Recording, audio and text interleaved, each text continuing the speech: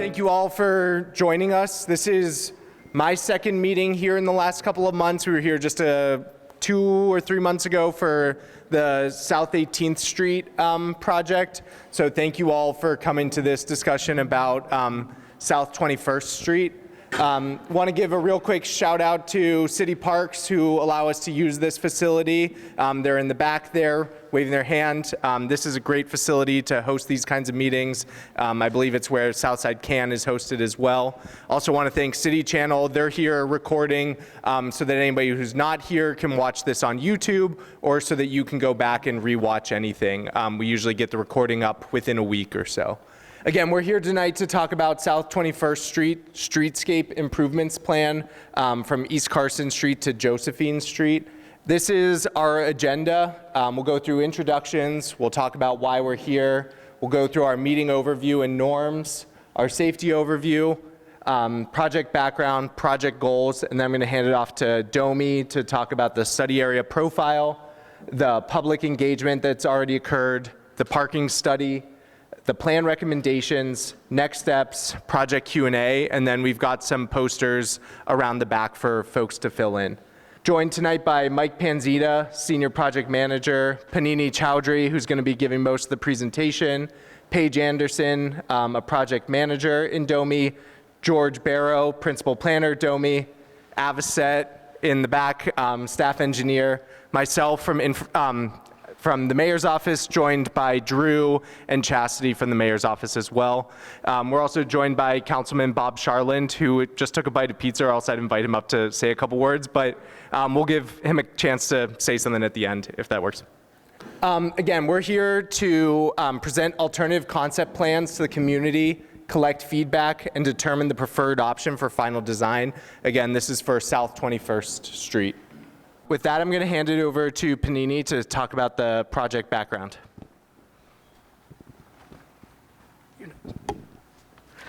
Good evening, everyone. My name is Panini Chowdhury. I have the great fortune to serve this city a little bit over 5 years, currently serving as your Senior Transportation Planning Manager for the City of Pittsburgh, Department of Mobility and Infrastructure. This is a great day. This is a great day for Southside, and this is a great day for South 21st Street. We are at the precipice to convert that 21st Street from a space to a place. We all know the difference between space and place, right? In the space, you just pass through, no memory, doesn't even remember that you actually passed through. From there, the place, you can actually feel that, yes, I was there, and I recall some memories. So we're in the precipice to change our 21st Street from a space to a place. And how we will do that, that is the main goal why we are here today, to talk with you all to get some ideas. So this project actually started back in 2017 with Western Pennsylvania Conservatory, PWSA, and City of Pittsburgh. They teamed up for a plan and design for South 21st Street as a complete green street corridor.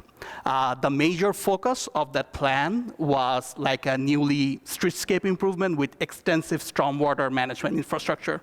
But after they finished the plan and we started looking into the cost estimate and also the different infrastructural constraint that we have here, we found that the overall cost of the project seems really infeasible. The initial estimate that we had, the project actually gonna cost way, way more than that, and we simply couldn't come up with the money. We tried multiple times. There are like 7 different grants we applied for, still couldn't come up with the gap. The money difference is so huge.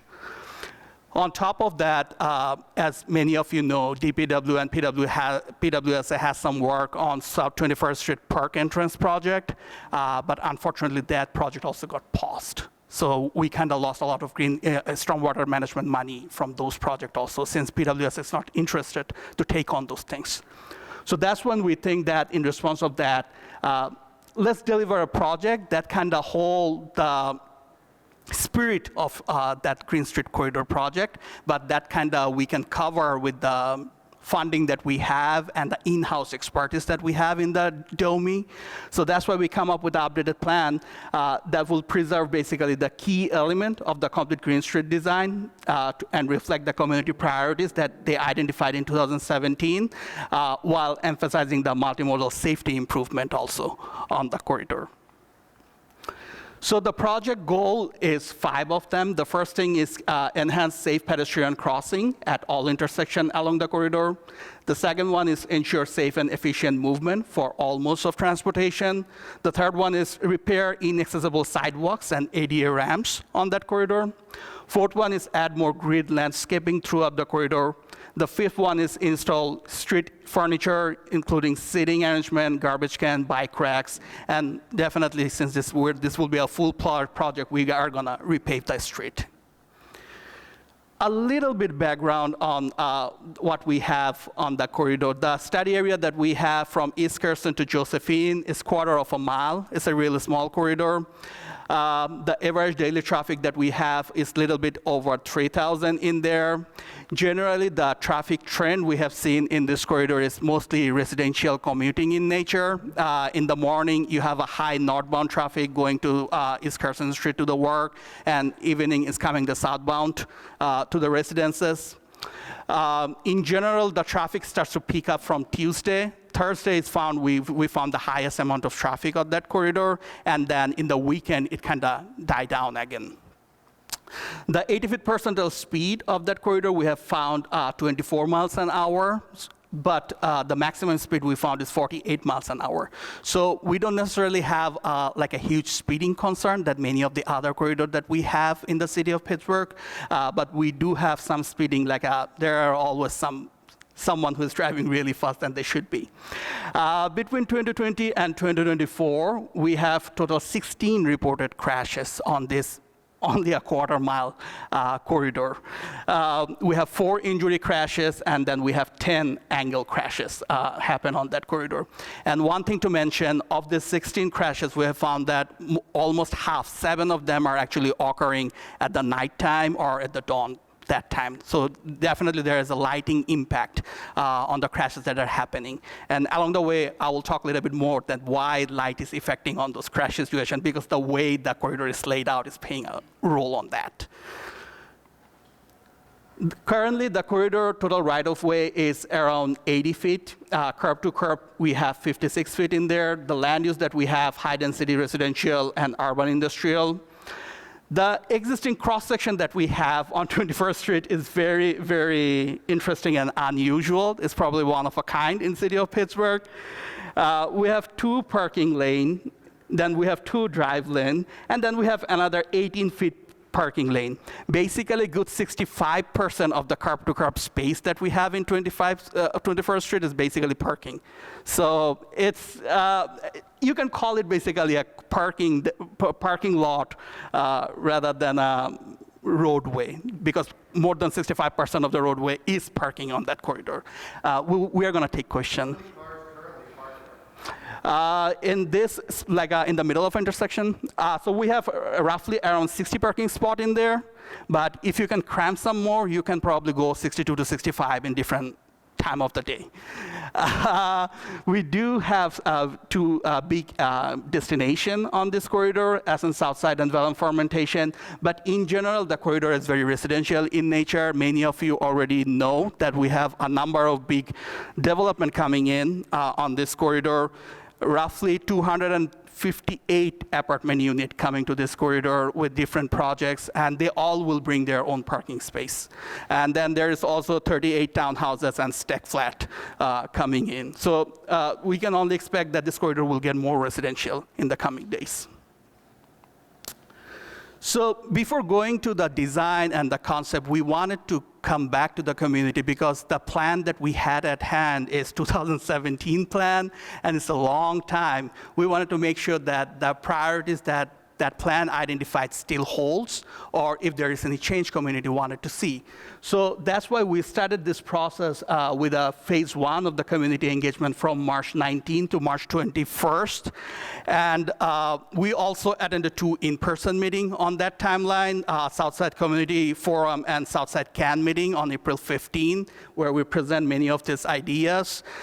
We had an online engagement platform 24/7. We have over 1,100 visits there, and we got somewhere around 132 responses we received in the phase 1 of this project. We also got comments from Streetscape 5 through our Safe Route to School program because they're very close, and they actually heavily utilize Sarah Street and 21st at intersection. So the initial community vision was residents envisioned this corridor as a welcoming gateway to Southside Park and neighborhood gathering spot. But when we open up this phase 1, we also get some newer priorities. What we heard that while aesthetic is important, we also wanted to look into the pedestrian safety, traffic calming, and parking supply that definitely need to be there because that seems like the current priority of the community for this corridor. We asked how frequent you utilize this corridor. We found that over 50% of the respondents of that 132, they use it daily, another 31% weekly, and then another 19% other. We asked a question that parking is very important for Southside, but if you have to consider between beautification and safety improvement in this corridor and maintaining the existing status quo so that you can have the center parking lane, which one will you prefer? And we found that 85% of the respondents saying that they would actually prefer beautification and the safety improvement rather than maintaining the parking. We also ask around that what type of safety issue you are actually seeing in this corridor in your everyday mobility. The first one comes into play is the limited visibility because of the center parking lane, and also people are parking too close to the intersection. It's really difficult when you're making the turn to see the vehicles coming out. We have heard about the stop sign non-compliance. Frequently, people are failing to obey that stop sign. We heard about the intersection. They're so big, and the pedestrian crossing is so long, it gets really challenging for the users to utilize those intersections. We heard about unsafe driving behavior, especially speeding on Cross Street when they're crossing 21st. And also, since it's close to the bar district, impaired driving, we heard a lot of story people shared with us of impaired driving related crashes on this corridor. And then the last thing they mentioned is the pedestrian risk, especially since the corridor is really wide, the intersections are really big, people are making really aggressive fast turn, which actually creating a lot of pedestrian safety concern at the intersections. Next, we asked them that among all the intersections that we have in this quarter mile, which intersection you guys felt like the least comfortable and which one you felt the most comfortable? You might think that East Carson will come top, but actually Sarah Street came top in people's mind.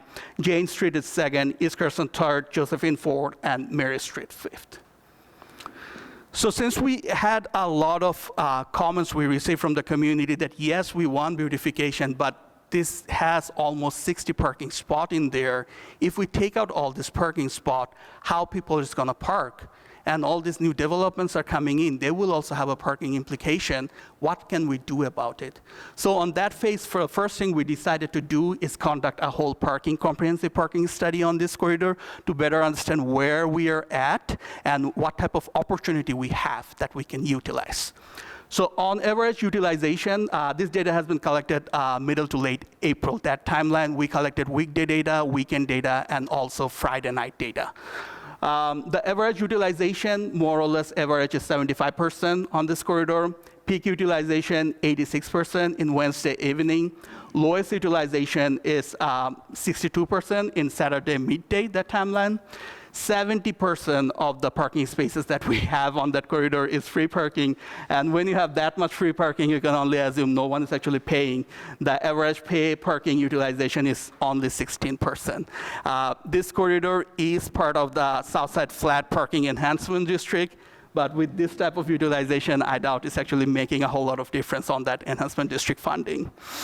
If you look at the block by block utilization, you will see that the points where we have paid parking, the utilization should be much less.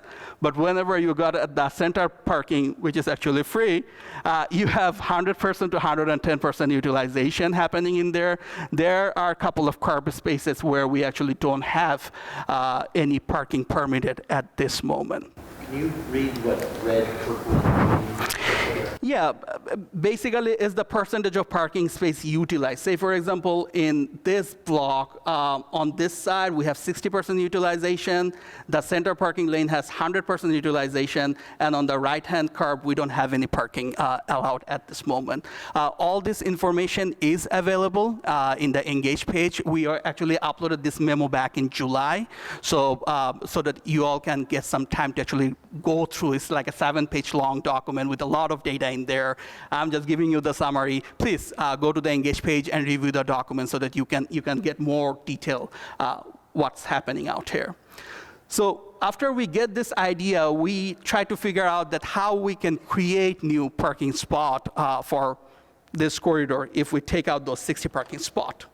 So currently, this corridor has total 15 RPP parking permit, total 21 car or 20 car more or less, they park on those RPP zone. So our plan recommendation will retain all the RPP permit that we have on this corridor, no changes. All medium parking spot will be removed, all 60 of them. And we are going to supplement it with 91 new free parking spot to offset that loss. Now, the question might come that where we are getting that 91 space, right? So I wanted to spend a little bit time to go through the thing.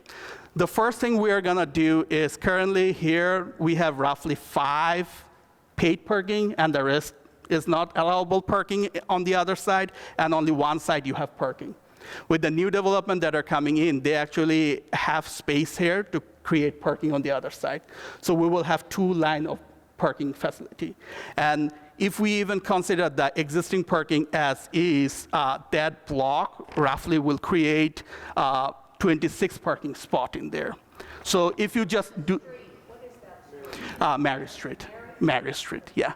So when we did the calculation, we tried to be as generous as we can because we know people don't park the way you model.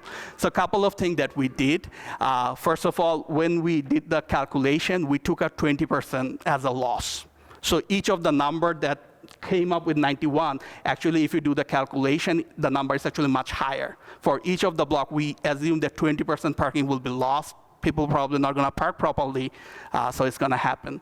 And the other thing we consider is each of the parking space 20 feet rather than 18. Sometimes you consider 18 feet, but we wanted to consider 20 feet to give the maximum to see how much space we can create. So this is the block where we can assume to create roughly around 26 parking spot. And then from here all the way up to Josephine, currently there is no parking. We will create like a free parking spot in this whole block. It will create roughly 10 parking spot here. And then south of Josephine, this whole thing is a no man's land at this moment. We're going to create parallel parking on this block. It will create another 26 parking spot. And then from here all the way up to 23 Street, that part of Josephine, we already have one line, one side of parking is allowable, but your right-of-way is somewhere around 38 feet, so you can actually do 2 parking lane in there. So we're going to introduce additional parking lane in here that will generate another 30 parking spot.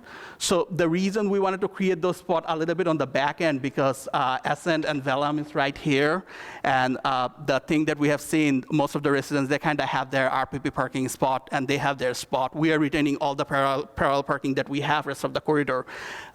This is where it gets a little bit messy. A lot of the users who come to Ascent and the Velum, they are actually utilizing the central lane parking.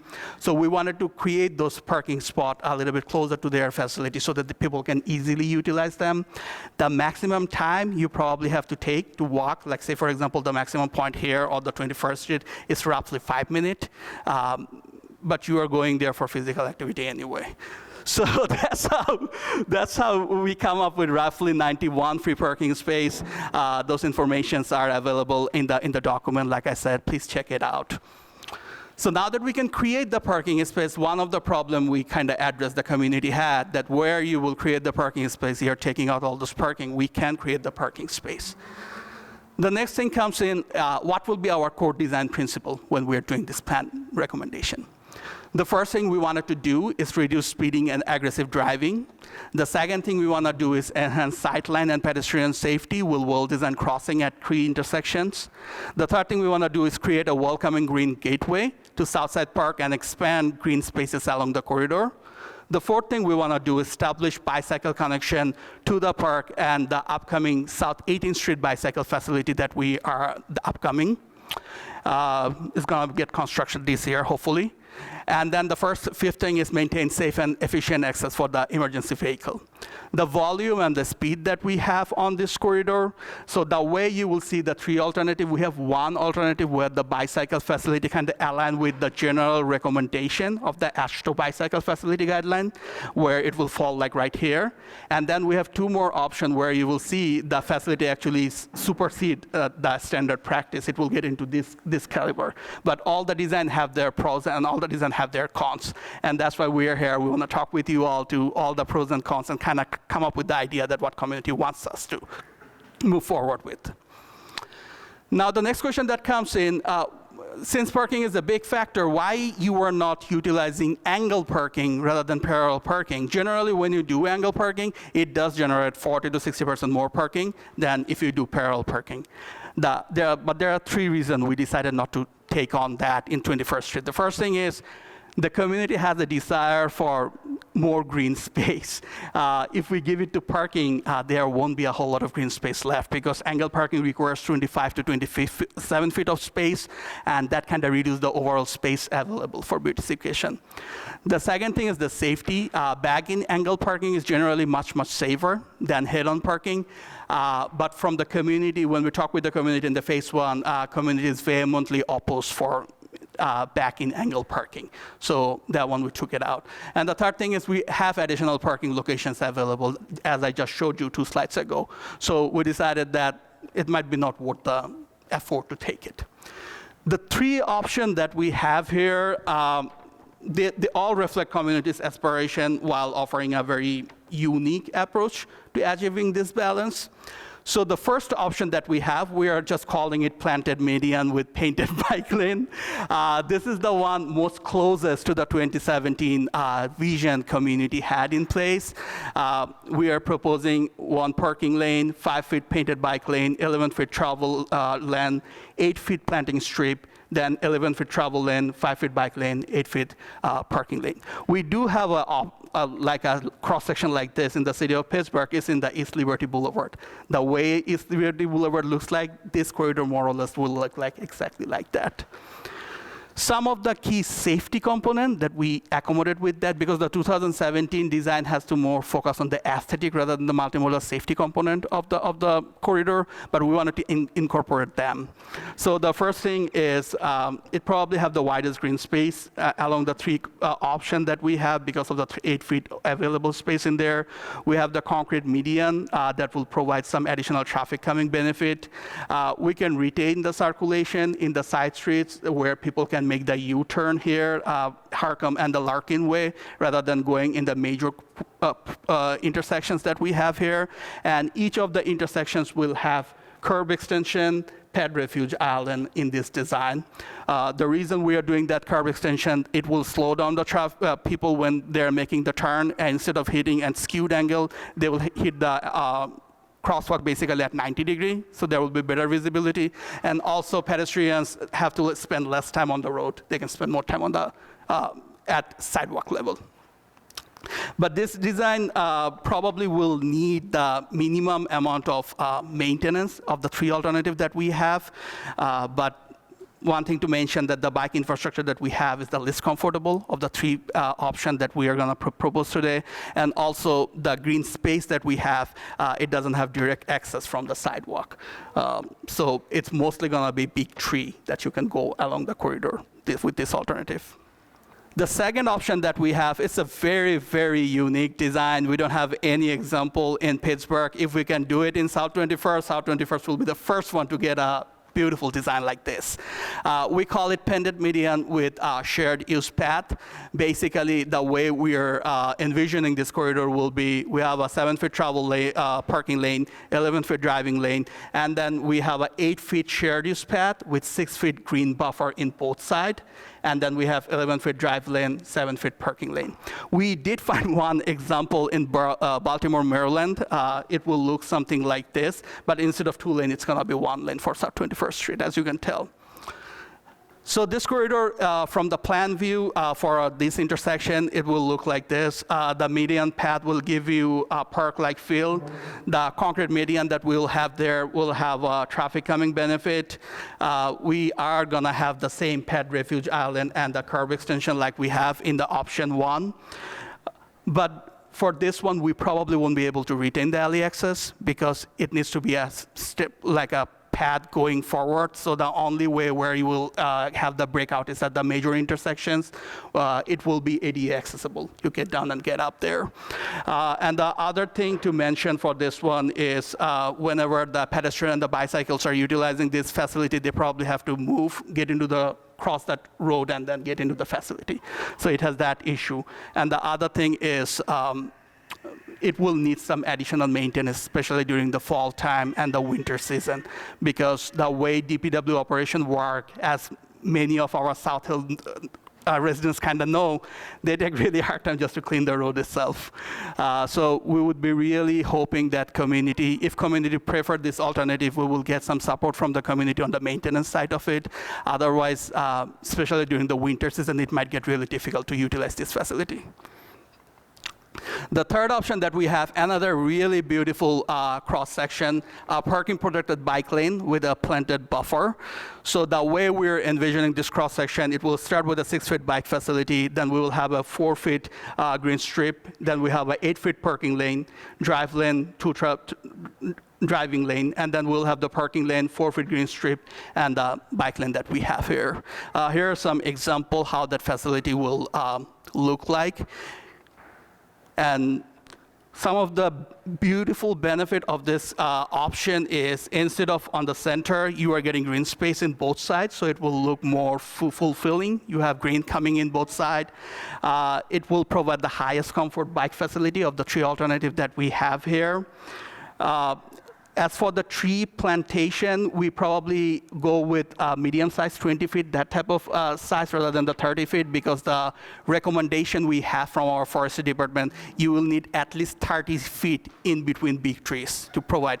So what might happen is we might have some big trees on the sidewalk, then we'll go with the smaller trees on this side, or we might go with the bigger tree on this side, shorter tree on the sidewalk level. It will have the same benefit. We'll have protected intersection design in there for the pedestrian and also for the bicyclist. The extension, it will work in the same way, slow down the traffic when they're making the turn. And the biggest issue with that one will be 2. The first thing is this design is kind of a big departure from 2017 recommendation, but it does provide a beautiful streetscape with a maximum bicycle comfort facility for this corridor. And the second thing is it will also need that maintenance component. Since it's a curb protected, it's highly unlikely during the fall and the winter time you will see a lot of maintenance happening unless we get some community buy-in and support on the maintenance aspect of this facility. So the next step that we have here is design team will review and incorporate feedback from the phase 2 engagement before finalizing the preferred alternative. Once finalized, we will put the alternative in the engage page so you all can see. And we are hoping that sometime spring 2026 we'll come back here with our preferred alternative and gonna provide the pre-construction details for you all to see. At this moment we are here. We are trying to figure out what we wanna build. From here it will be how we will build. And that will start with you all sharing your opinions and kind of ideas that of these 3 alternatives, which one you prefer, or any kind of mix and match if you have that idea in mind. We want to hear all of that and move forward from there. Our project contact will be Jan Redder. Jan, you here somewhere? Yes. And we also have the boards on the back for all 3 alternatives so that we can talk in detail for each of the alternatives. If you have any more questions, my colleagues and I will be there to answer any of question you have for any of the alternatives that you have. So I think we'll take a couple questions here, but really want to get folks in front of the boards. Before we dive into questions, Councilman, do you want to say a couple words or? Yeah, I'll be really quick. All I want to say is that,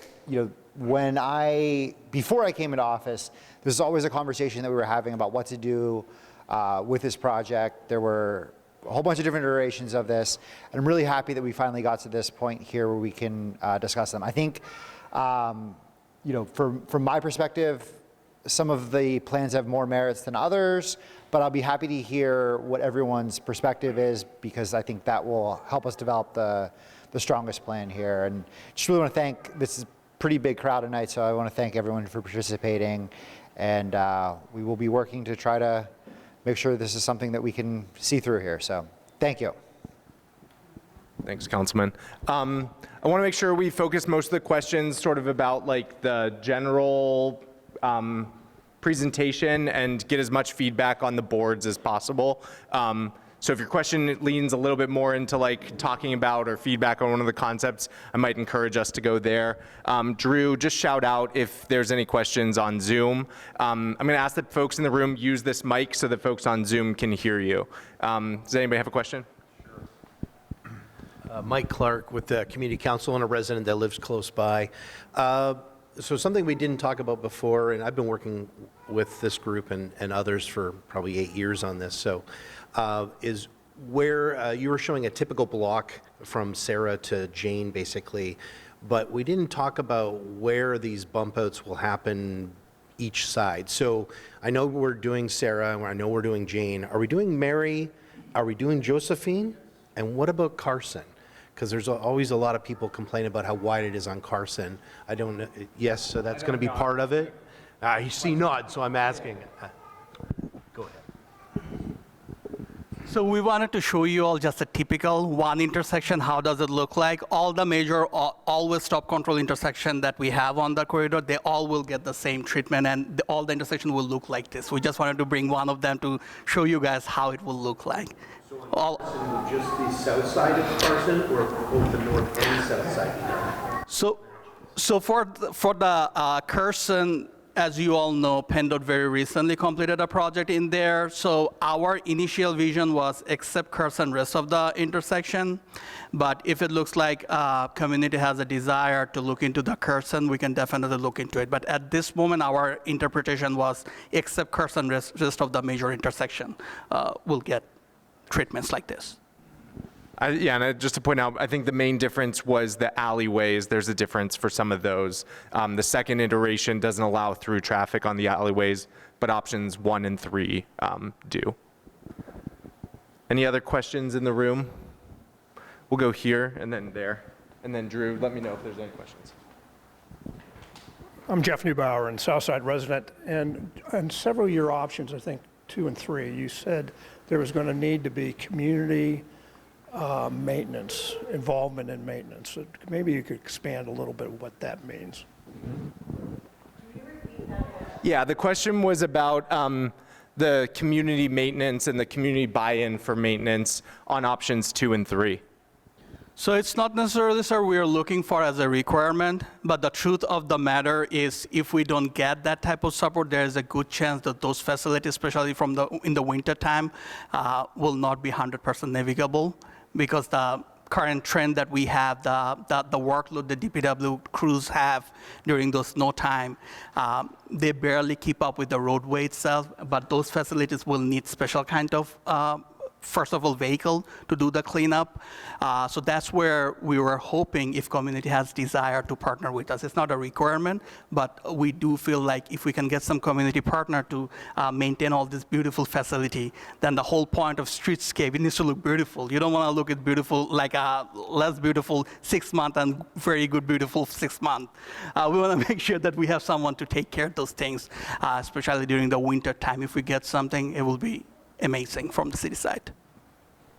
And I'll just add to that, I think, with any kind of like unique feature, the city has to adapt how it conducts its operations, right? We've got plows that can do our main rights of way.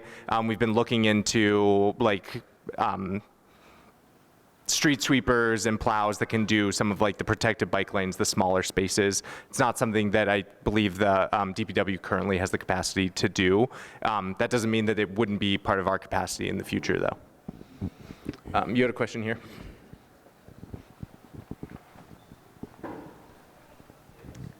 Hi, my name's Natalie Sweet. I'm the director at Brewhouse Arts, which is also located on this corridor on 21st and Mary. I know when this project first started, the stormwater runoff was a huge consideration, and I'm just curious if, like, one of these plans, like, if the impact is the same for water soaking up, like, that's coming down the street, or if one of them is going to do a better job with that than the others.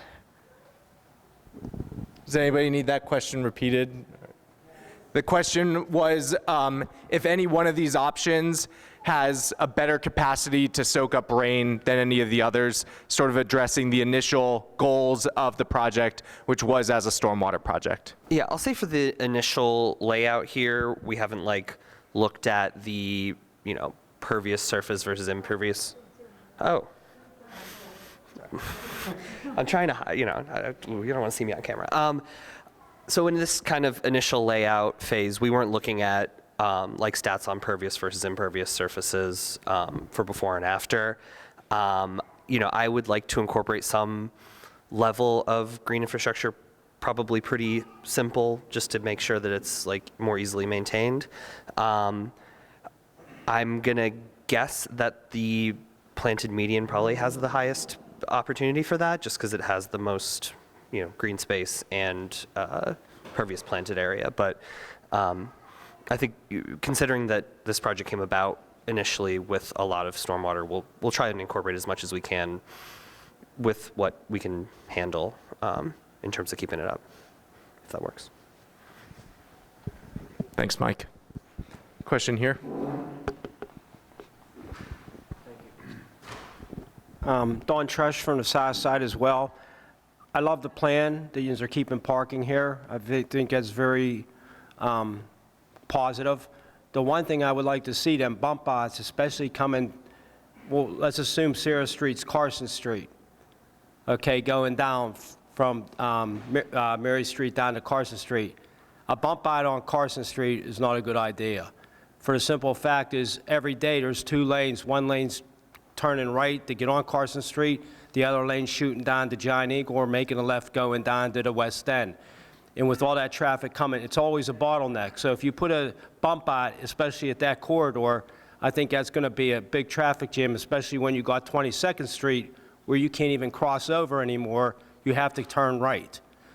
Also, the free parking up towards Mary Street and Josephine Street is a great idea. To comment right with everything in red. The one thing that we're not looking at now is when they start putting that development in. Anytime you say free parking, everybody's going to park there, especially with the success Vellum's having. I've seen in our neighborhood on Jane Street that parking's a premium, and when they do put them housing project or them apartments in or townhouses, then there's not going to be much parking. I was wondering if the city had any plans of using the old Southside parking lot that's on Josephine Street that's empty right now to create some parking, paid parking or whatever, to help alleviate some of the problem that visitors have coming to the city, especially with Vellum, the gym, the fitness center there, and the other apartment they have in the old brewery. So parking's a premium, we all know that, and that's the thing that worries me the most, because especially a lot of these college students, they just park their car and they don't use it all week. So, but I love the plans, did a great job, and I can't wait to see the end result, whatever it is. Thank you. Thanks. I'm not an engineer, but I think your first comment about Carson Street is very valid, and I'll let Panini take the question about parking. No, that's a good comment for the Carson. That was primarily our understanding also. That's why we didn't want to touch that intersection. As for the parking space on Josephine, we did not look into it until now, but since you brought the idea, we will try to reach out. It's probably going to be a DPW facility that we'll have to reach out. We can definitely explore the opportunity. We don't have a response at this moment, unfortunately. Any other questions in the room, or do folks just want to go to the, okay, one more here. Just on schedule, I know there's various funding sources available right now. There's various funding sources available for this project right now to get it done, correct? So when will it be done once the final determination on the design is made? And what's the duration for the work? Yeah, I think I caught an error on our timeline on the presentation, so we'll go in and fix that, but Panini, maybe you can speak to it. So the timeline that we have at this moment, we already have a deadline for this phase 2. September 5 is we are hoping to close the phase 2 engagement and figure out which alternative we will go with. And once we have that done, we will reach out to the businesses out there, especially on the curb cut and everything, to make sure that everything in place or something's not needed. We're probably going to do it a little bit in the middle to late September. And then from early October, we will get into the actual preliminary engineering design. We are hoping that by spring, we will have some design already laid out that we can come back to the community and show what we have on the preferred alternative. And we are hoping the construction will happen on summer 2026 to fall 2026. That timeline. We should be able to complete it in one construction season. We're confident on that, yes. Hopefully you all found this via the Engage page. If you signed in and left your email, we'll follow up with the link to the Engage page to leave comments there as well.